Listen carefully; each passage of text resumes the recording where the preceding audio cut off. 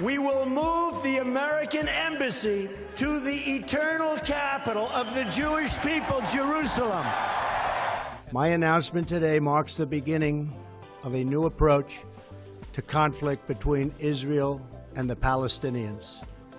In 1995, Congress adopted the Jerusalem Embassy Act, urging the federal government to relocate the American embassy to Jerusalem and to recognize that that city, and so importantly, is Israel's capital. This act passed Congress by an overwhelming bipartisan majority and was reaffirmed by a unanimous vote of the Senate only 6 months ago.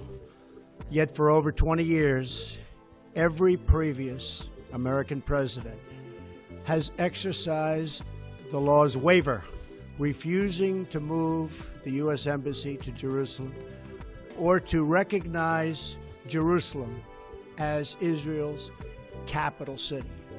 Presidents issued these waivers under the belief that delaying the recognition of Jerusalem would advance the cause of peace. Some say they lacked courage, but they made their best judgment based on facts as they understood them at the time. Nevertheless, the record is in.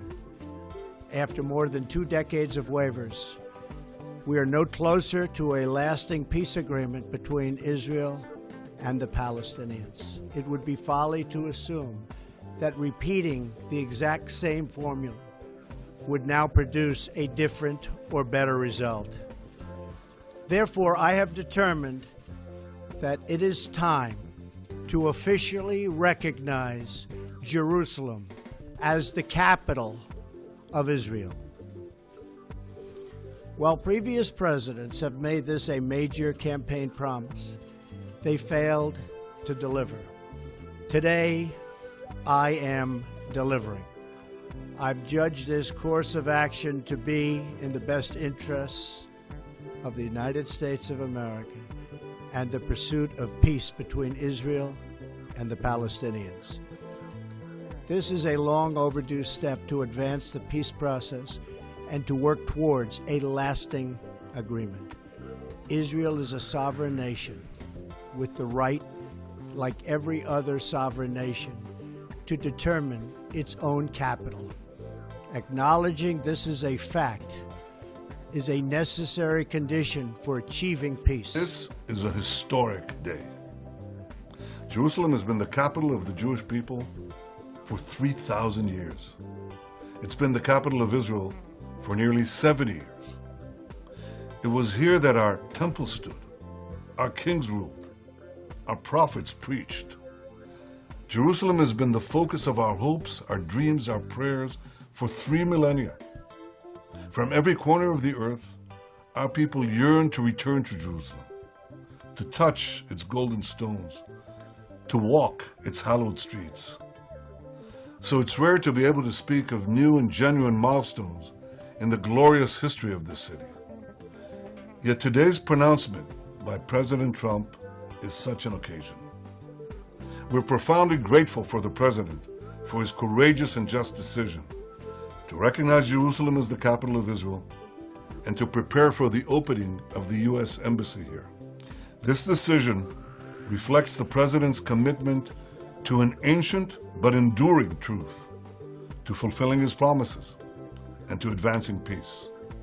The President's decision is an important step towards peace, for there is no peace that doesn't include Jerusalem as the capital of the State of Israel.